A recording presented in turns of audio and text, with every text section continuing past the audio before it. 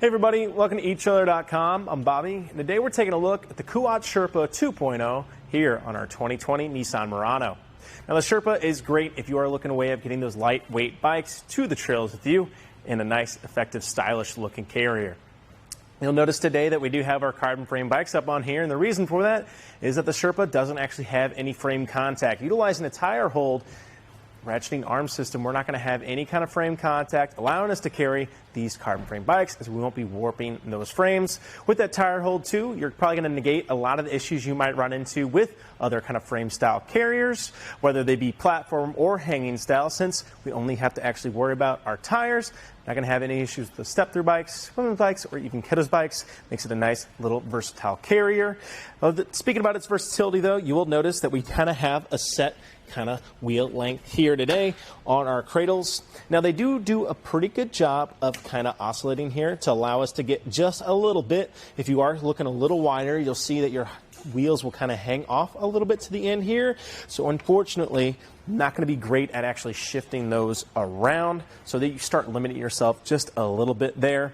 Also, with a 40-pound capacity limit per bike, we aren't going to be getting anything kind of too crazy up on here. Now, it is going to be moving those standard and mountain bikes, usually with no issue. However, 40 pounds really starts kind of putting you limited on what you can do.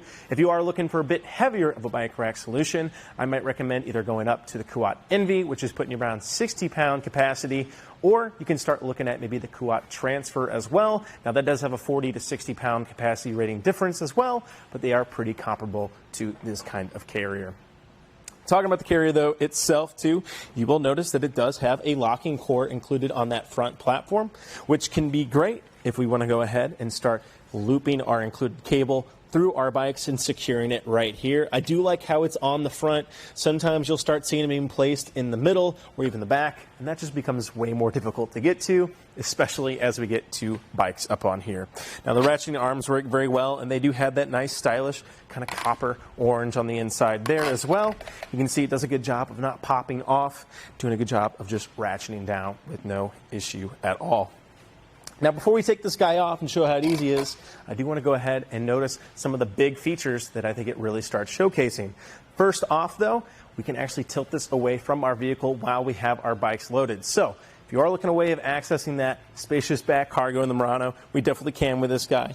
We have this little lever system here.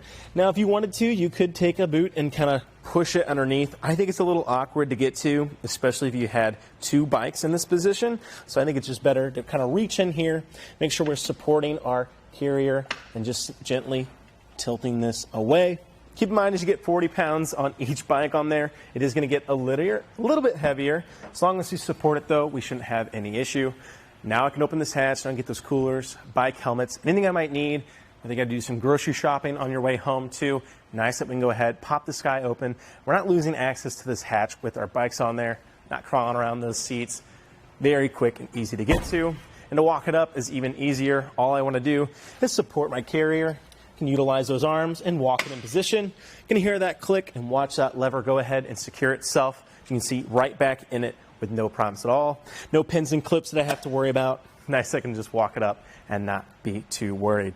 To take the bike off isn't going to take any time at all. On the back end here, you'll notice we just have those plastic strips that are holding it in. So to release those, we'll press in that lever, getting that ratchet system out of the way. I like to go ahead and just tuck those guys off to the side. Makes that dismount a little easier. But that does bring us to our last point of contact on our bike. So to make sure we are holding on, don't want that tilting in the vehicle or ourselves causing any kind of damage. And I just want to go ahead, press in on that button, get that arm up to the side. Now I can get underneath my bike and lift away and get ready to ride. So very quick and easy to actually get those guys on and off. I think the biggest thing you'll have to fight when getting these guys on are these strips. But as you can see, I've gone ahead and just kind of set that underneath my bumper. Otherwise, just want to kind of come back. Not too much difficulty, though, to get those strips out of the way. Make it really easy to get that bike mounted on. We can go ahead and collapse that front cradle as well, just to give us a nicer low-profile design. A little less garish.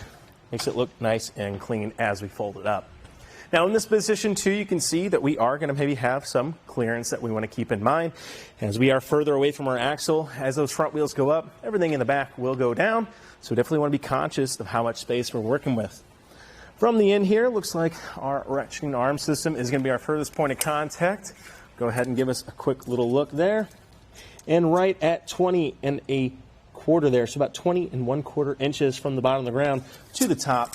Don't think we're going to have any issues at all with clearance. Again, Joe, let's just be careful as those front wheels go up, the back will go down. Now, with any hitch-mounted accessory, though, we are going to be adding a little bit of length to our vehicle. Now, it's not going to be anything too crazy here. I think the Sherpa is kind of nice of how lightweight it is and how condensed it is. But definitely an important dimension to keep in mind. And sitting us right at 30 inches from the rear of our bumper, definitely going to be a little length to consider. However, we do have a quick and easy way of shortening that down. You probably guessed it. We will be utilizing that lever system that we utilize for our tilt-away. All we got to do, walk right back up to it, pull that lever down, and instead of walking down, we'll walk it up into position. Very little play here. I mean, just maybe an 1/8 of an inch movement, as you guys can see.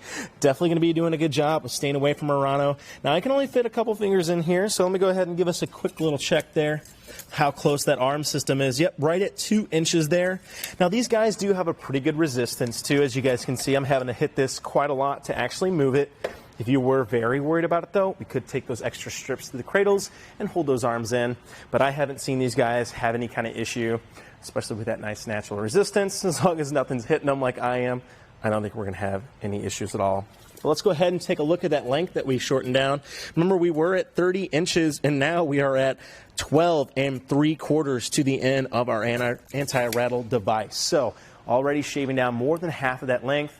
I don't think we're going to have any issues getting this in the garage, or at least getting a lot more needed maneuverability for this tight parking places wherever we may go.